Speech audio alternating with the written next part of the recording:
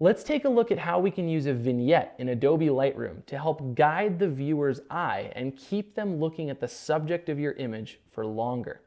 Vignettes essentially mean that you're darkening the corners of your image, which in essence keeps the viewer from leaving the shot. It allows them to kind of stay contained and stay in the central portion of your image.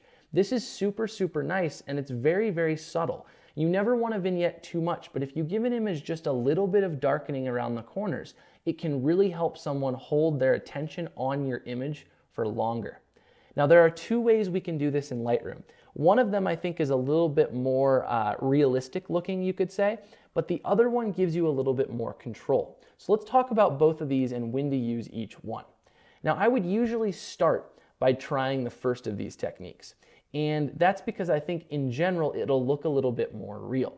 What we can do is in your image, you're gonna wanna edit it through the basic panel first. But once you get it through there, down in the lens corrections panel, if you go to the manual tab, there is a little slider down there called vignetting, and it says amount underneath it.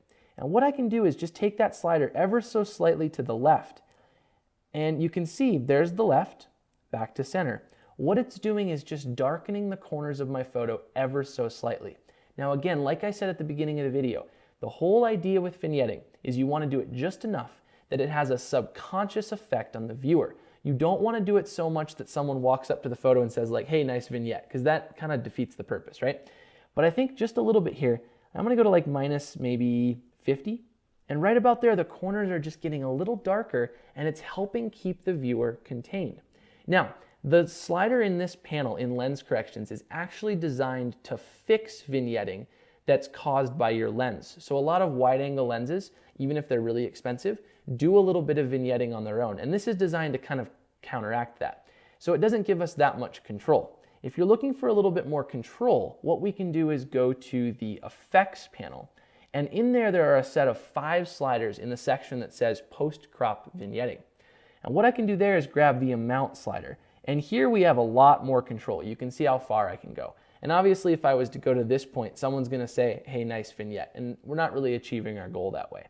But if we're pretty subtle with it, maybe minus 20, minus 25, you can see how much those corners, let me go to the Y to Y view here, those corners in the upper left and right get darker and how much more you're held into the shot. And I think you'd be hard pressed to say, oh, the person vignetted this photograph if you were to see this hanging somewhere. It's kind of nice.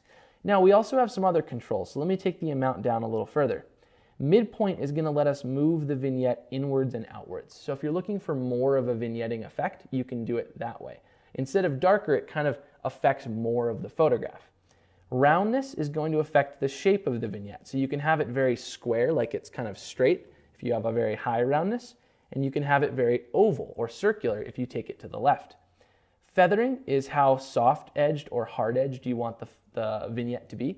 So you take it down all the way, you get the very hard-edged thing. I don't particularly like that effect. You bring it up, softer, and harder to detect. Now, highlights does some interesting things. It actually lets the highlights, the bright regions in the photograph, shine through the vignette, which can be interesting in some cases. You can play with it. But for the most part, I actually keep these 4 bottom sliders at their defaults. I think sometimes I'll move midpoint a little bit, but for the most part, I leave those be. The amount's really where it starts to shine. And I think here, if we bring the amount down to maybe, let's see, minus 25, minus 30, right about there, I think we're getting to the point where we can kind of pass this off as that's the way we shot it. But if you look at this, let me hide the panels away here, right? If we look at this example, we can see that on the right, your eye stays much more in the shot. Whereas on the left, my eye is kind of tempted to drift out to the top and leave the photo and just stop looking at it. If you do this to your photographs, and I would say I do this to most of my images, you will have a very, very powerful subconscious effect on the viewer of your image that keeps them looking at it longer. And that's awesome. The longer someone's looking at your photo, the more they can enjoy all the little details and the better they'll think you are as a photographer, which is awesome. It's like everyone wins. So again, let me say this for the 3rd time. Keep it subtle. You don't want to go too far here, but a little bit of a vignette can go a very, very long way. If you liked this video, I'd love you guys to hit that thumbs up button. It really helps our channel grow. If you had any sort of questions, leave them in the comments down below. Also, if you're interested in getting more content, we're putting out a video every single week. So if you want to learn more about Lightroom or Photoshop or your camera or anything like that, hit that subscribe button so you guys can keep up with Rocky Mountain School of Photography and all the videos we're throwing out.